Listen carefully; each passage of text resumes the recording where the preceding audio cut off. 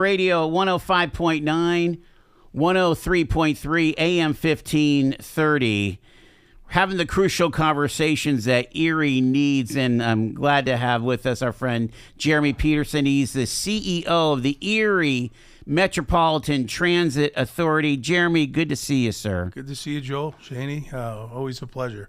I tell you what, we always love this conversation because it really kind of ushers in summer, is the 14th Fest. That's what we kind of coined this as. Is this is the kickoff to summer in Erie, and it's a good way for mid-city folks in the mid-city district to get recognized a little bit and kind of just welcome the general public to kind of showcase what we have and another way of giving back.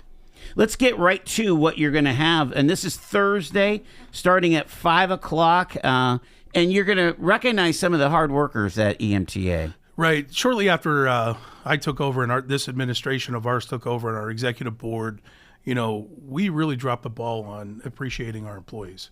These men and women are blue-collar union workers that have, in some cases, have worked here over 40 years, right, without any recognition, and that's wrong. So what we're proud to do again is to start recognizing folks for their banner 20-year term that they've put in, the time that they've served, so to speak, at EMTA. But it's a way for us to recognize them and what they do. Well, and it's not just the drivers, it's the maintenance people, it's the mechanics, it's the people that are, that are doing the paperwork in the back. I mean, you have to keep all the all the trains on time, as it were, or the buses on time. You do, you're right. And that's just it. You hit the nail on the head. I mean, we have folks that work in the offices that keep the buses moving, the lights on, all day long. We have maintenance and mechanics that make sure that these buses are fixed and cleaned properly so they can put them on the road. And then also you have your drivers that are and operators that are, taking, lift clients to appointments, and folks that, just like any one of us that sometimes take the bus to get to work. But it's, once again, it's time that they should be recognized. Sure. And very well deserved. And then, of course, lots of food, lots of music. Talk about what we can expect at 14th Fest. Some of the OGs of 14th Fest. This is our fifth one already. Yes. But Erie Ale Works, Lavery's, Vintage Woodfire Pizza, Chuck and Ginny's. Otis 12 is going to have a truck out there. Kona Ice of Erie, and the brewery in Union Station. Fantastic. So the music starts when? We've got 5:30, right? 5:30, Twisted Lid hits the stage, followed by Geek Army. Those are some two quality bands. They're good. And I've known Terry Wood for a very long time from the Geek Army, and Do you put on the black glasses when they come on? No, I don't. Come on, Jeremy. No, and put the skinny tie on. I can't do it. I can't mimic that. There's only a few certain folks that can do that, and they're the ones that are going to be on stage.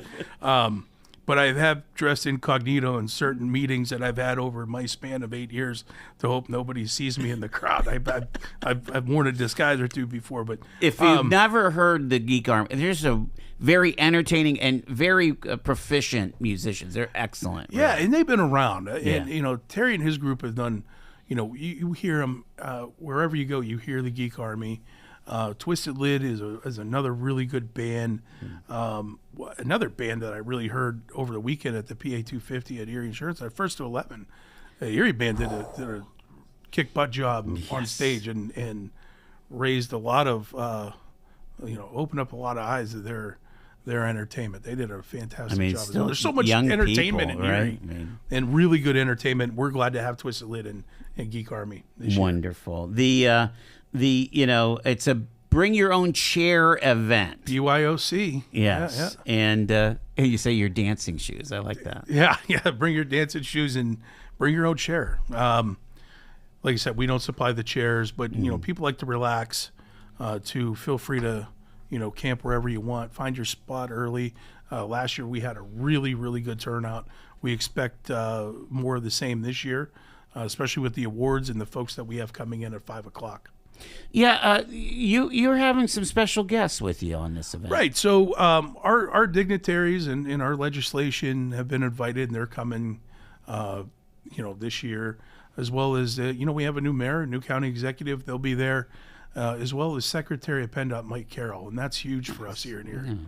Mike's been spending a lot of time in Erie. I've noticed that. Yes. Yes. He, and Mike's Mike's a former, Harrisburg politician. Cares about transportation. He was the Democratic chair of the Transportation Committee when he was in Harrisburg. So he knows mass transit. He knows the MTA. I was at a ribbon cutting for Meadville 2 weeks ago, and he did mention Erie. So we've done a good job over the last 8 years with even your help, Joel, getting the word out of what we're doing. We put Erie back on the map, at least from a transportation perspective. But when we go down there, we champion for Erie as a whole. I do, not just buses, because it takes the team to, get noticed. And I think you've seen that. Shapiro's up here quite a bit. Absolutely. Mike Carroll was just up here last week. He's coming back again for this, so he feels that this is important, not only for the 20-year banner employees, but also our 60th year anniversary. I think an important part of 14th Fest, and weigh in on this, is that you get to see where the modern Erie Metropolitan Transit Authority is. Again, it's a 60-year-old organization, and it has that legacy of 100 years, right, from the Erie Coach Company or whatever. But you get to see this is what we are in 2026. You're exactly right. With that beautiful building and all that. And I'm glad you mentioned that, because I heard you on earlier talking about when the big boy went to GE earlier and matched up and sat side by side with the new electric train.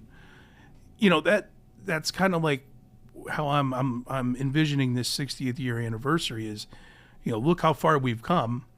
Look where our HQ is now. Look at the vehicles that we have and operate now. What's going to happen in the future? The past is the past, and it's history, and it's great, and we love to look back on it. But how do we make it better, and how optimistic can one be thinking about, in another 20, 40, 60 years, where are we going to be? Yeah.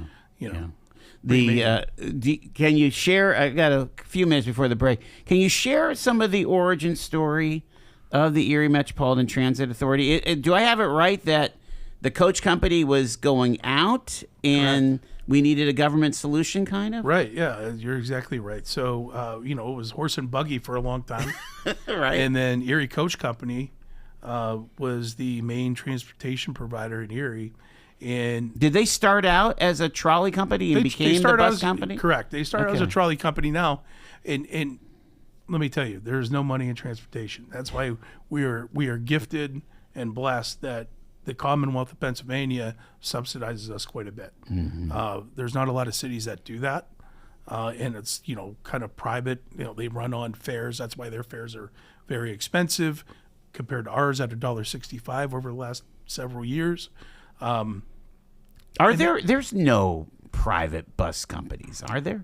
They're private bus companies. They're more privately. If you go to Texas, I've seen like in Houston. I've ridden their system in Houston.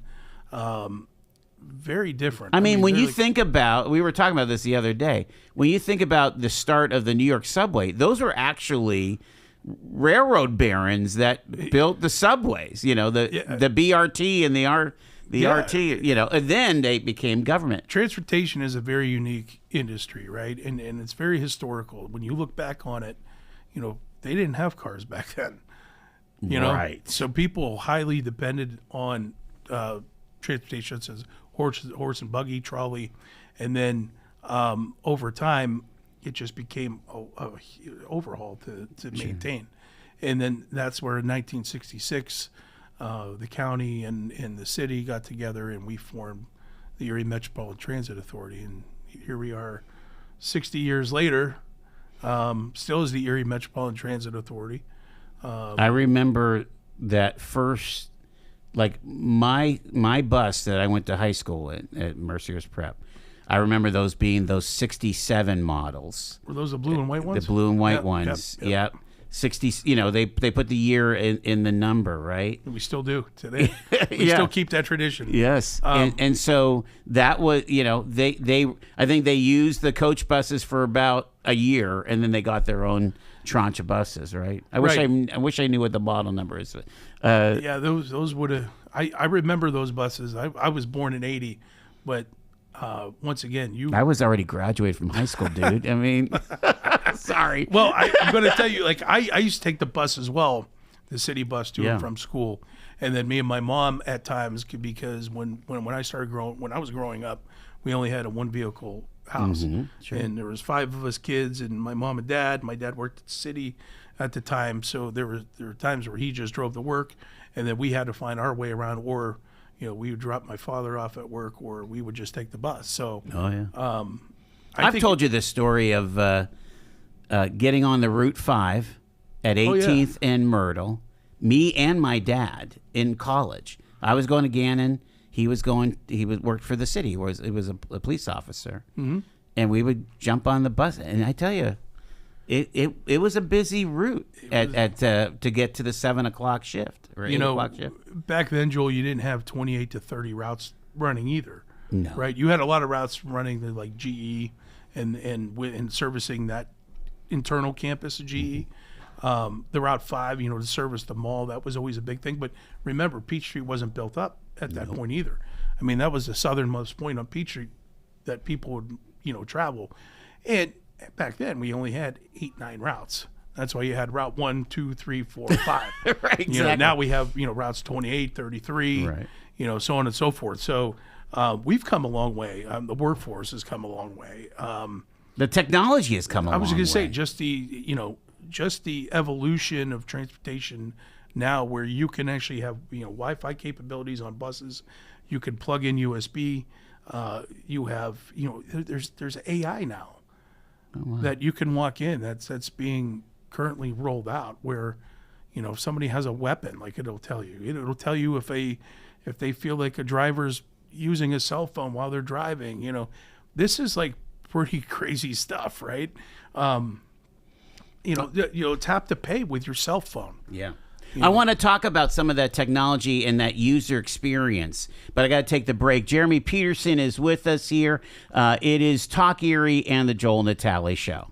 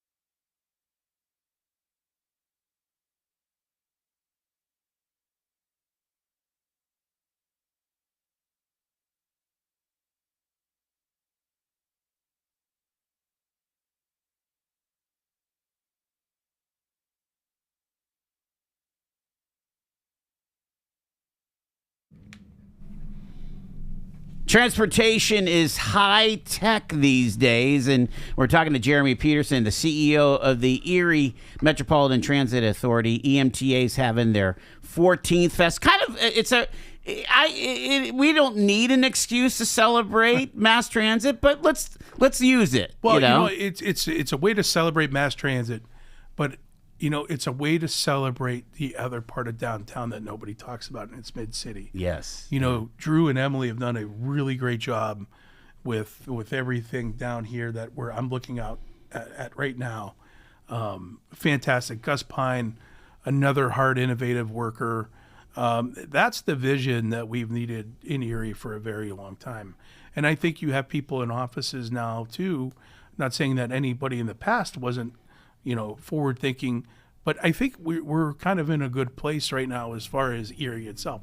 But once again, getting back to that Mid-City, you hear me say it time and time again, we're like kind of the forgotten child up there. And this is our way to showcase that. I mean, you have, the Jim Berlins of the world, you have the Zaffrises of the world, you have, Griswold Plaza, you have Michelle Griffith at Level Place, you have Matthew Good and his Hands properties, all around there, the Housing Authority, PACA, Keller's. I can go on and on and on. Like, you don't hear about those. We're going to start connecting all those.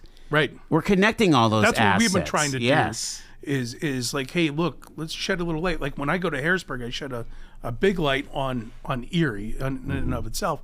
Locally, that's the kind of light that we're shedding too. Is like, hey, a lot of these business leaders and owners too are putting their fair share into Erie. And I'm going to tell you, much like our buses and our advancement in technologies, you do see the advancements here. I know people that haven't been to Erie, friends of mine, for 10 years or even longer since college, and they come in and they're like, holy cow, this is completely different.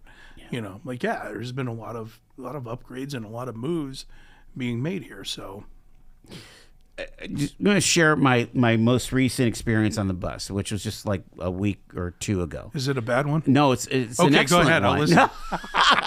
Okay, so because it's been crazy down here with all the streetscapes and the construction, and I think we were having. Oh, I know what it was. We were having Rib Fest, so it just another interruption. Oh, not again. We love Rib Fest, but it was an interruption to where I was going to park. Okay, and I didn't need to park that day, so I got on the bus. So my experience is, I'm walking to the bus stop at State Street where I pick up. I took the 27, I think it is, and I'm able to track it on my phone on my MyStop. Right, it's telling me when it's going to show up. Shows up. I have my 20 pass. 20 ride pass that now has new technology using a QR code. Tell us a little bit about that changeover. So, Toga Transit, when we started with them, we started. It was just a tap. Not even it's a Bluetooth. Tap to pay. It was just almost like an Easy Pass device of sorts, right? You download their app, the Token Transit app. You could buy passes. Your phone becomes your wallet and your bus pass, basically, right? So then over time, as technology continues very, very at a very fast pace to evolve, those devices only have so much of a battery life. So Token's like, hey, I don't know if it was the kind of like, hey, this is where we get you, but hey, your battery life's going to run once it runs out. It can't be recharged. But we do have this new technology where you have tap to pay, QR coding, that kind of thing. It's even more of an easier experience for the user. So we looked at that, I couldn't tell you how many meetings about this with them, and we decided, this is the route we want to go, and we would think that our customers would like that. We don't base a lot of our decisions on what we think we'd like to see. It's what do we think the consumer will like better, and how's it going to make it easier? So it's a seamless transition. When you have an interlined service like ours, Route 26 goes to Route 4, east to west, you want that seamless transition. Or if I have to get off a bus to transfer to another one, like, make it as quick as possible, but easy. for the passenger and easy for the operator too. It seems like it is. I could hear people yelling, "But I don't want to use my phone." You don't have to. You don't have to. You can buy the 20 pass as a ticket and as a QR code. Absolutely. So I am still kind of, it takes me a while to get used to technology too. Like I'm at that age where like I have to ask my son or my daughter, like, how does this work? Or can you figure this out for me? Like I wait for me to figure it out. So I'll use the paper pass, before I get to once I master this, then I'll make the change. But it takes a little bit of time. But we're seeing like people are adapting to this quite well. Absolutely. And when I broke out the find my ride for the Lyft, my mom's a senior citizen, and she's gonna hate the fact that I called her out on the radio, but she is. But I can't keep her off Facebook, so she's on the phone all the time and comments on things more than she should. But I know if she were to ever take the Lyft, it'd be easy for her to get on her phone at almost 70 years old and be able to navigate through it nice and easy. So people need to understand that these kinds of advances in technology, you have to pay for them. I mean, these are capital improvements. Right. And I've always said, would you necessarily do them if ridership wasn't growing, if you were stagnant?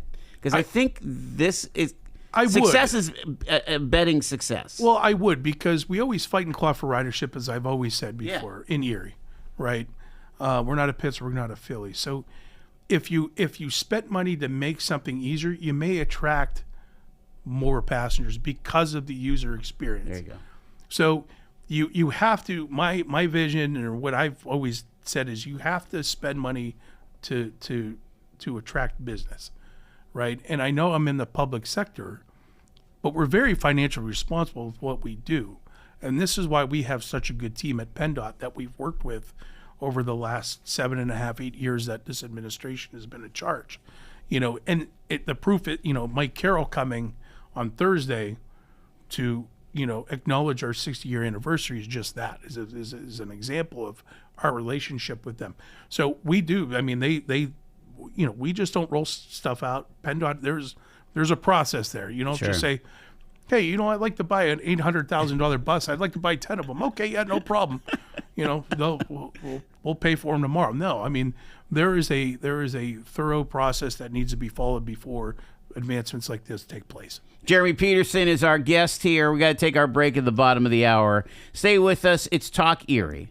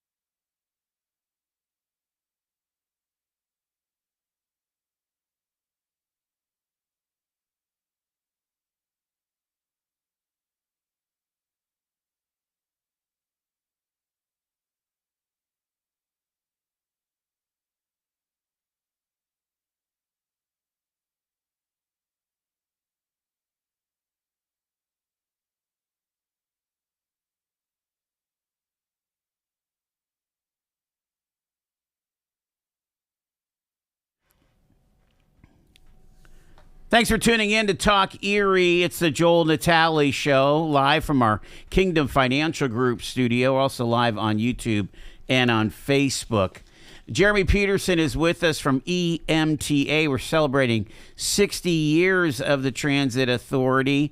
And Jeremy, one of the things I love talking about is future planning and things. Again, you know that Shani and I are huge advocates because, for Emta, because it makes our lives easier. Mm-hmm. And growing up, from being 14 till now, riding the bus. I mean, believe it or not, when I worked in the county, it was like, I hope someday I get to work in the city because I could ride the bus a lot more often. Well, I remember getting on, you had to they used to punch a card. Oh, yeah. When you got on. And then all the bus stop signs had all the times on them on the telephone poles. Those were early yes, very, it's like a dot matrix, prehistoric, like scheduling days. Yes. Like we'll just put the stop times on a sign, nail it to a telephone pole, and those are the stops and those are the times. So we now can track where our bus is, if it's on time, a little behind, a little ahead. Like I said, we have 2 seasons. We got winter season, which runs us behind, and then we have construction season, which runs us behind because we have detours like crazy. So I want to thank our customers for being patient with us. And we really, really want to be as transparent, honest as possible. We have a lot of flaws. We just we want to make it better for the future. We log all of our, if there's any complaints that people log in, we make sure that they're answered and they're investigated. There's a lot of compliments through the same portal that people give us on certain drivers and routes and, cleanliness of certain buses. And, we then in turn thank our, employees too. So, the evolution as we keep talking and what the future holds is I'm very optimistic of where this is going to be and kind of anxious to see. Well, let's talk about that, what you guys call the Transportation Development Plan, because that's a strategic planning process, right? So, the Transit Development Plan is supposed to be done every 5 to 7 years with every transit agency in Pennsylvania. We're 2 years overdue on that. And that was something I've been asking for a while, but we wanted to make sure whatever consulting group we bring in knows Erie and knows the transportation system in Erie. And we have a gentleman by the name of Toby Favre. Toby was the former Deputy Secretary of Multimodal Transportation for PennDOT. Toby's the person that greenlighted and has his name all over the building, our HQ on 14th Street. He's the reason we started developing and getting newer buses. And now Toby's a consultant for Rockland Consulting, and he's going to be doing a deep dive in our transit development plan, which has been kicked off. And there's some people that go, well, how long is this going to take? I want to make sure that when we do the transit development plan, we do a deep dive and it makes sense for Erie and its future. So does it study more than just fixed routes? It studies everything. It studies your paratransit services. It studies your fixed route services. It explores the microtransit model to some degree, but it also looks at demographic shifts, like what populations are in the city right now and who's living where. Have there been new nursing home complexes built in certain areas? Why are we putting so many buses at Wabtec when they used to have 30,000 employees, now they're down to 1,500. You know what I mean? Like, it takes a look at all that. It looks at your ridership, looks at your peak times, non-peak hours, and it tries to make it kind of make more sense to where we are today. So, like I said, Toby will be setting up a booth at 14th Fest, under that auspice in the scope of honesty, transparency, to get folks' feedback of EMTA. And he'll make that part of the recommendation when we get to that point. But, Toby's met with the entire MPO. I hear Dean and listen to you and Dean talk. That's the Metropolitan Planning Organization, yes. When I thought, when you have Dean Pepicello on here, does a fantastic job out in Harbor Creek. And and those guys are fantastic. The whole MPO is fantastic. And when they host those meetings here at EMTA, and they're very good, candid conversations. Those folks, care about not just transportation, but what are their communities and what are their, where are their regions as far as municipalities going to be in the future too. So it's cool being at that table, sharing what our vision, may look like, and then having Toby there for like a transportation professional from the state through the Harrisburg lens, kind of give us them insight on what to expect. Let's talk a little bit about EMTA and economic development, because again, as you're doing this plan, it makes me curious. And again, I kind of love this infrastructure stuff. This, like do you design a system based on where people are working, people that would ride the bus and where they're working? Is that one of the, as far as when you're designing fixed routes? And then there's obviously the medical issues for paratransit and so on, and maybe what a microtransit solution might be. But first off, are you designing it for workers? Are you designing it for shoppers? Like, how do those decisions come out? This transit development plan takes a look at all of those elements. So we look at shopping districts, which has dwindled down over the years because of the internet. Sure. Right. And then you have the post-COVID, everyone closing earlier, shopping malls, closing earlier, restaurants, bars closing earlier. It takes all of that. It takes a look at, like I talked about, those demographic shifts. If a big business moves, let's say, out of the city to Fairview, we take that into consideration. That's what this plan is going to look at. It looks at the new American population that the city of Erie has. Where are they living? Because they need transportation. Where are they living? Where do they need to go? So it's more of an outreach of surveys, questionnaires, actually talking with these folks, talking with the MPO, saying, hey, is there anything in your district or your area that needs service that has been serviced? Or are there areas that don't need service anymore that we're still servicing? No, there's no other body than that MPO, from that, altitude can tell you, give us kind of a pulse of where we need to be within their district. Yeah, if we were talking probably 30, 40 years, you might have people from West Mill Creek needing to go to GE Transportation, whereas maybe now one of the busier routes might be Center City or East Side going out to the plastics plants in Girard Lake City, right? Right. And you know what, the thing we need to change too is the same routes for the same 60 years that have been in service. Yeah. Do we need that anymore? Let's make this make sense, right? We have to be responsible with the service we put on the road. Yeah. And we can't just throw routes out there. It's easy to put a route out there because there's a lot of people that say, hey, we need a route here for this one person or two people. But as soon as you could roll routes out as much as you want, but it's really, really hard to take them back when they're not producing. If you have a big, name the big box store distributions warehouse out at out in McCain or something like that, you might have a high desire to have people that would work in a warehouse to get on the bus from inner city out to the hinterlands or to the plastics plants. And we do a lot of travel training too. Yeah. So we have really, really, really good, hardworking union trainers, number one. Mm-hmm.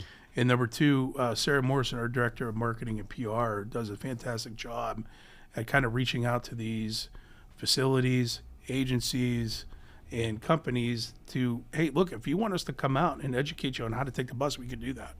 And look, if they want to do a survey with their workforce and they determine that, transportation is needed out there, we'll put it out. If you remember when Tops closed on 26th and West 26th Street, yes, now it's Crunch Fitness. Everybody was up in arms, like, what do you mean Tops is closing? Like, where are we going to get groceries? Well, we have to think on our feet too. So we decided very quickly, let's get what we call the grocery connector out just as a pilot, and to get people from that Green Garden area to the Tops on Liberty, on 38th and Liberty. Yeah. So, wow. those are things that before we wouldn't even have thought, oh, that's terrible. No, be part of the solution. That's where love what transportation comes in. Right. I love what you're doing in like Corey. Right. Corey used to be a weekly route, and now it's a daily route. It's a daily route with 4 connections each day. It's, how do you make it better? You keep connecting it to the city of Erie. There's people in Erie that need to get out to Corey, and there's people from Corey that need to come to Erie, and Erie to they work at Corey, or they may have a doctor at Corey Memorial. You just gave them more freedom. Well, right, and a way to get back. Yeah, instead of waiting until 5:00. Right. To get back. You know what I mean? So, we've noticed when we made slight adjustments like that, that makes sense. This is or the ridership has quadrupled on that route. Has it really? It has. This is what I hope Amtrak will do someday from Cleveland to Buffalo or Toronto. It's like, hey, we'd like to go to a ball game. Sure, that'd be cool. Yeah, wouldn't it be cool to be able to go to the Bills, be part of the Bills Mafia, and just take the train? Take the train. Get the old boy over here. That'd be even better. Tell me about the future of transit. Like you talk about micro transit, and of course I'm seeing these videos about Waymo and driverless. I mean, are you guys diving into any of that stuff? So we've kind of ruled out the electric thing. The infrastructure for us is very scary. If we go to charge a bus inside and it catches fire, my whole fleet could be gone. Which then wreaks havoc on our system and everybody. No, not what do you do, right? So we kind of ruled that out. Moving forward, the microtransit thing's there, and that model's, what does that look like to the average person? So a microtransit model to the average person who doesn't know anything about transit, it's more of like a ride share. Okay. Right? It's more of a door-to-door service or that last mile service where it'll get you to either your destination or the nearest bus stop, whichever's closer, right? And either they'll take you right to where your destination is. And a microtransit model is operated in zones. So, you talk about Corey or Northeast or Union City, Waterford, Albion, those areas, or Edinburgh, we could put a microtransit vehicle or two out there, which then offsets some costs of big buses going out to those areas. And then the transportation's done there. That maybe we send a Route 14 bus to Edinburgh where we used to go out 6 times a day. Maybe we only eliminate that to 2 now because we have the microtransit. We have that service for a very, very good rate and a very good fare, a lot cheaper than, taking a Lyft or Uber. Lyft, and by the way, knowing and having that self-assurance that the driver that's picking me up is drug and alcohol tested and certified, fit for duty, physical, and that has to be done every year. Wow. Uber and Lyft, I'm not dogging the Uber and Lyft people, but you and I could be at the Cornerstone pounding beers, and if I get a call that a Mercier student needs picked up to go somewhere, I can, there's no regulations on that, So I always thought that was not safe. Like when my daughter went to Clarion, I don't care about the Uber and Lyft. I care about the mass transportation. What agency is going to take my daughter to work, to school, because I know those people are tested and fit for duty. So this is an editorial comment, but I'll just say it. This is what saddens me, that we don't have traditional taxi service anymore, because you needed to have your act together to get a medallion, right? I mean, and to get that license, it's a PA Pennsylvania license, right? And that just went away. The old yellow cab and all that. It went away, and as soon as they closed, when the Erie Cab Company closed, that's when I really started heightening the conversation with PennDOT and our group and our board. Like, hey, we should capitalize on this moment right here. I mean, we don't have a taxi or a cab company in Erie. Come on, like we have to jump in, but it's not that easy. So there's a microtransit model, but it was just starting to evolve at that point. People, it wasn't fully there yet. So we've waited long enough. We have the right people from Rockland Consulting coming in and kind of giving us an idea of what that will look like possibly in the future. Not saying we're going to do it, but it's a possibility, and it might be a better experience for, folks that live in the rural communities of Erie County. Help us understand what's going on with the intermodal and how does that all work, and what's EMTA's role down there? And again, I'm kind of looking to the future once the Parkway gets done. Sure.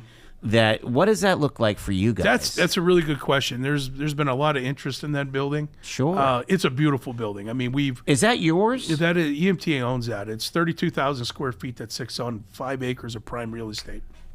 And right now we have it fully tenanted out, just to keep, so we can pay our bills down there. A long time ago, 23 years ago, when they started building this was EMTA is the one that took the money out because they were the ones that could qualify for the multimodal funding through PennDOT. And that's how that was constructed. And you talk about the cruise boat terminal and so on and so forth, and all these big ideas that never really happened. And we were kind of stuck with the building. The Port Authority worked out of there for several years. We took it back, and we're making a lot of improvements to that piece of property down there. Is there still a Greyhound bus you could take from there? The Greyhound's still there. They don't sell tickets there. They don't sell tickets because, unfortunately, 3 years ago they just decided not to man the windows anymore.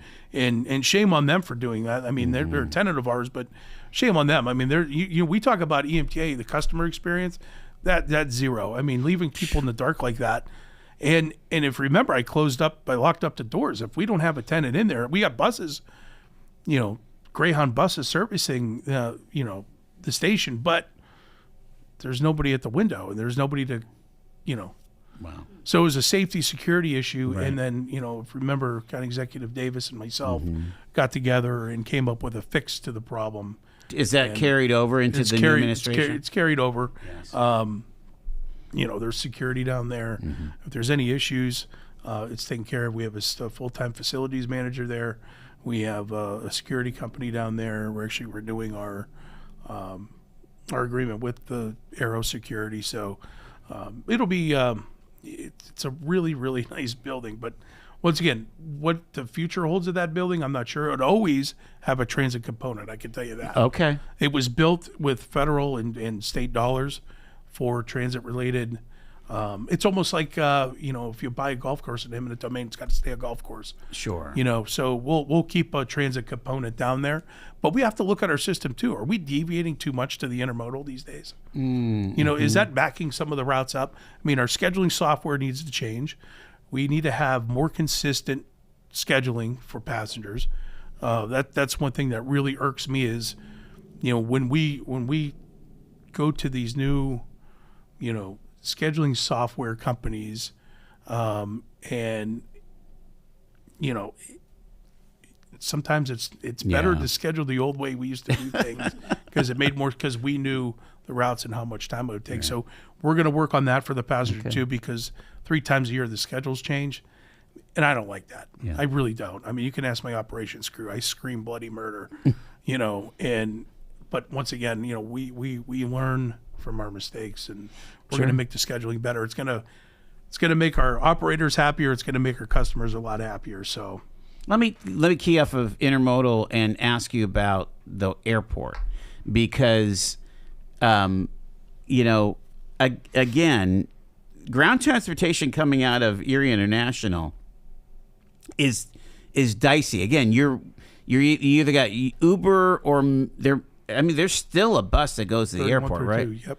3132? Mm-hmm. Are you able to coordinate that with arrivals? And some departures, I guess? We did, and then obviously over the last few years, it's changed. Especially COVID. Like, Derek and I would talk, and I'm like, I feel so bad for you. Like, what do you do? You're fighting like a losing battle here. And, I felt so bad. And then you had the group kind of get together to help them out, and now we're doing the Chicago flights. We're doing the Florida the Breeze flight. I mean, this is this is incredible. I mean, we're starting to get back. And Derek, I think, is doing a really good job Absolutely. at navigating through this storm, because in transportation, it's tough.